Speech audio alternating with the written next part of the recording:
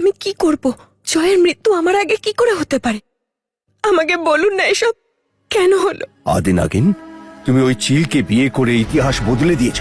তাহলে এরপর কি? সেটা তো বাবা ভোলানাথই বলতে পারবে, কারণ এই কাহিনীর উনিই রচয়িতা, উনিই ত্রিলোকেশ্বর। তাই আমি তোমাকে বললাম অন্তরের কথা শোনো, আর সেটাই করো যেটা তোমার ঠিক মনে হয়।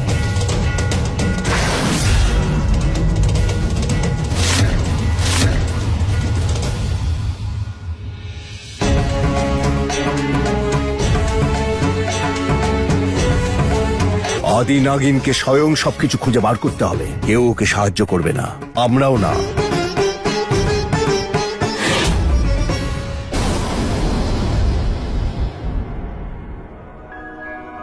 শুক্লা, তুমি নিজেকে ভাবোটা কি?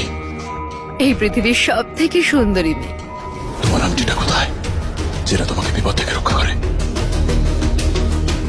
যাক, তুমি এটা ভুলে যাওনি। এটার সাহায্যে এই বাড়ির লোকেরা জানতে পারবে না যে তুমি একজন ময়ূর, কিন্তু তোমাকে আদি নাগিনের থেকে সাবধানে থাকতে হবে। Bye. Hi Adhir. What's up? How are you, Adhir? I missed you so much. বিয়ের পর কিন্তু তুমি খুব বোরিং হয়ে গেছো অধীর। না কোনো পার্টি শার্টি, অন্তত ফোন করে এটাই তো বলতে পারতে যে আইটেমটাকে পেলে কোথা থেকে। আমাকে তো বলতে পারতে। আমি কি বারণ করেছিলাম বিয়ে করতে? না তোমাকে দিয়ে ঘর ঝাড় দেওয়াতাম, না ঝগড়া করতাম। ব্যাস, এই জন্যই তোমাকে বিয়েটা করিনি।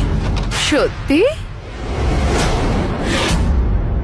I am so sorry. তুমি যেরকমটা ভাবছো সেরকম একদমই নয়। আমার কিছু যায় আসে না, এমনিতেও আমার কাছে এই বিয়েটার কোনো মূল্য নেই। অধীর প্লিজ, তুমি আমার জন্য এইটুকু তো করতেই পারো। Okay fine. ওয়াও, তুমি দেখলে অধীর আমাকে কখনো না করতে পারে না। তাহলে খাবার, জামা কাপড় আর ড্রিঙ্কস সবকিছু ব্যবস্থা করতে হবে। আর সব থেকে বড় কাজ, আদি নাগিনের সত্যিটা তোমার সামনে নিয়ে আসতে হবে। সেই জন্যই তো এই পার্টিটা রাখা।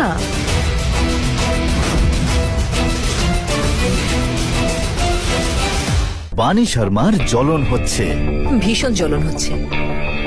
ওই মেয়েটা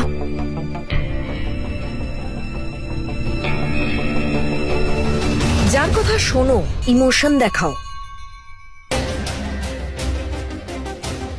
এই সবকিছু আমি তোমার সঙ্গে করতে চেয়েছিলাম, কিন্তু দুর্ভাগ্যবশত তুমি সবটাই নিজের হাতে শেষ করে দিয়েছো বাণী।